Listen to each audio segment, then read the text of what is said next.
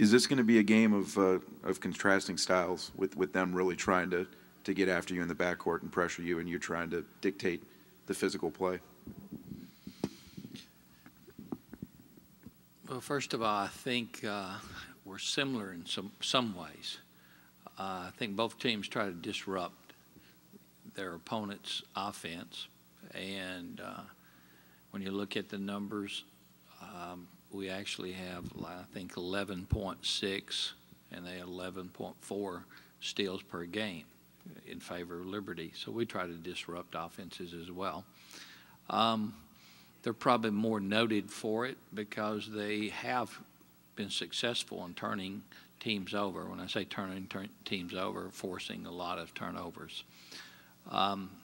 We obviously, as the girls have discussed, or the players have discussed, we think that's a critical area for us to address. That is recognizing their strength and trying to properly prepare for that. And I know your next question will be, Chris, what are we going to do? And the answer to that is just make sure we're in the right position and prepared mentally for it. A lot of times,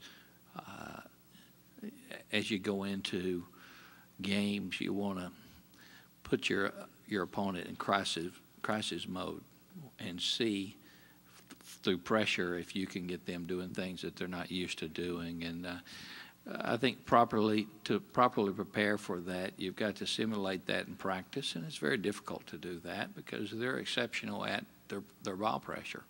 However, it's going to be critical that we're in the right position and using ball fakes and recognizing their strengths. And yet, I think you really don't want to get all hung up in a mind game about your opponent. You need to run your stuff too. So there's a comfort zone there. Respect them, and yet make sure we're in the right position on the floor.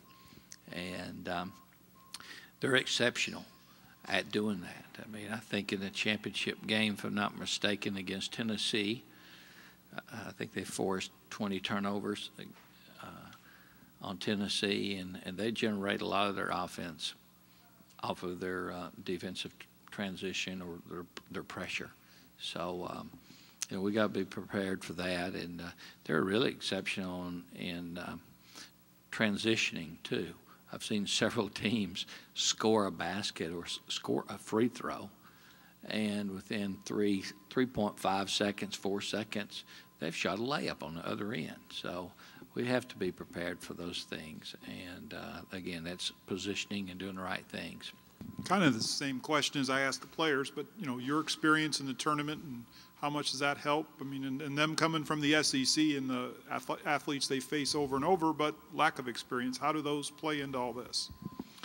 I think you do have to manage your emotions, and we've been here, done that before, yet we still have 3 or 4 new faces on the team. We've got some players have experienced NCAA tournament play, and hopefully they realize that usually the game is faster paced and the game is more physical as well. And if we can adapt to that, and it's more up to the players that are adapting to how the game's going to be officiated, and not that it's going to be anything unusual in how the game's going to be officiated. But we have to make adaptations throughout the game. I think that anytime you've experienced something, either through information or education, or you've actually gone through it, then there is a sense that you could be more relaxed.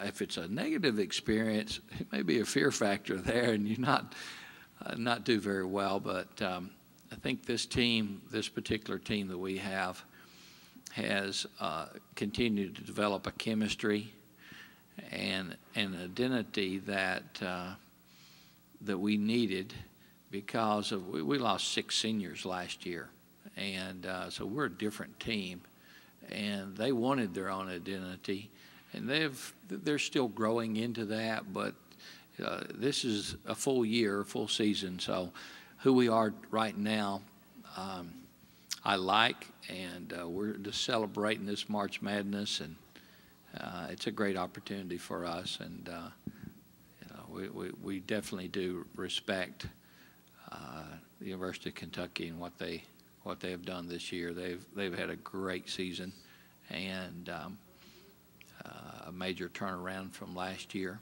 and they've worked for it, and we've got to match that work ethic and their intensity and their effort tomorrow.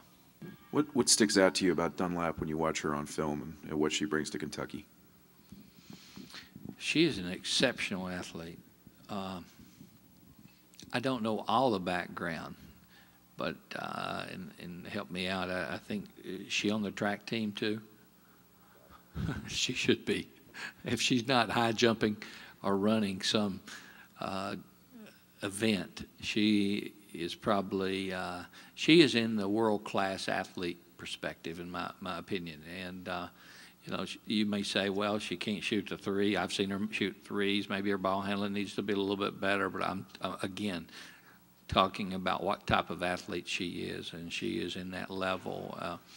I had the privilege of coaching against Marion Jones, and as a basketball player, you know, she needed some skills, but she could get the ball and on the baseline on defense and just outrun everyone down the floor and shoot a layup on the other end. And